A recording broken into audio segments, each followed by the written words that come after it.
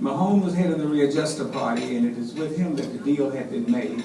This is Alfred Harris, Alfred W. Harris, who became the first secretary of the university. And this is a page from one of our record books, the very first meeting of Virginia State University, February 15, 1883. And it gives exactly what the school was going to do, who was going to be here, and etc. And this was the only building on campus. This is a plantation house located about where Jones Hall is today, because there was not a street there. And this is where all the young ladies who did not live in Petersburg and the principal and his wife stayed. All of the classes were in this building. They had church services in this building, and they had all the classes here. This slide here was constructed to house the male students. And to my left, these two houses, the small one was called the Senate. The one next to it was the House of Representatives. And the one here in brick is still here. It was moved from where the engineering building is over to Jackson Place. So the next time you're over at Currier Hall, you can see this building right here. But this is the Senate, and this is the House of Representatives. And this is where the young men stayed until the new building would have been completed. However, not all people were happy with the development and the money that went into the school. And on one of the trips made by a member of the House of Delegates, he came to Virginia State to inspect the property. He went back to Richmond and said he had a proposition to abolish the Virginia Normal and Colored School at Petersburg and give the money to the Colored Asylum, which is called Central State. The reason he said that was he went through some of the classrooms and saw students pretending to learn Greek, Latin, astronomy, and etc. And saw instructors pretending to teach it.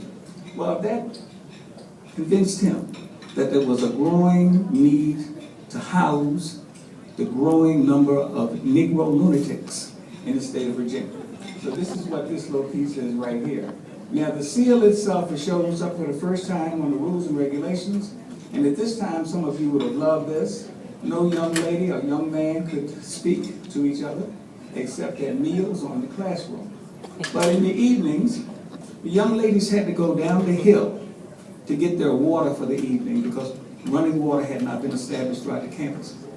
And at this time, young men were allowed to bring the water back up for them. So these little meetings like this led to people getting to know each other, and of course, marrying, their children coming to Virginia State, their grandchildren, and etc. And here's the first class of 1886. The young lady sitting there in the front. We've always been co-ed. We've always had co-ed instructors and administrators. And that is Alfred Harris's wife. On the left is John Mercer Langston, Langston Hall. And there on the left is, on the right rather, is James Major Colson. And on the left is Mercer Langston. The young man behind Langston here, where the cursor is, became the principal of Peabody High School in Petersburg, where he remained for 53 years. And that man's name was Shields. All of these young people here we have information on. This young lady here with the cursor became the first piano teacher because the piano teacher decided not to show up. We didn't pay him enough money. And so she taught music the first year. What we're going to have here is an example of some of the improvements and things that we made here as an institution.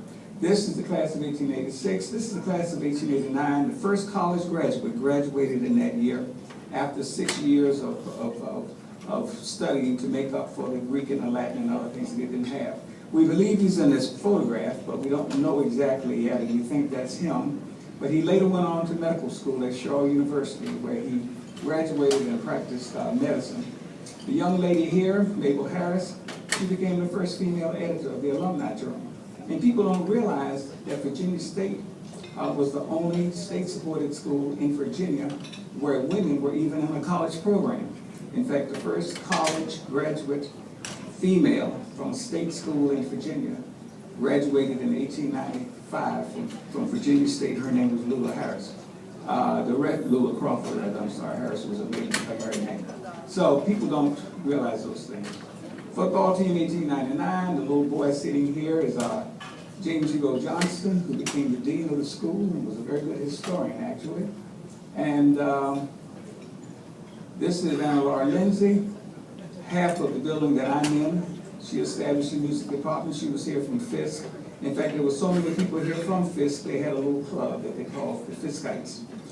Finally, the people in Virginia got tired of Virginia State pretending to be a college, got tired of people pretending to learn Greek and Latin, and etc. And they called the Constitutional Convention in 1902 and reduced the voting rolls, brought in Jim Crowism, and also abolished the college program at Virginia State. These 6 young men here are the ones we call the last class.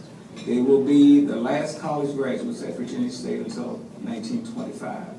So all of these people here, and someone I guess is either happy for me to sit down or they would or they were just so happy they were the last class.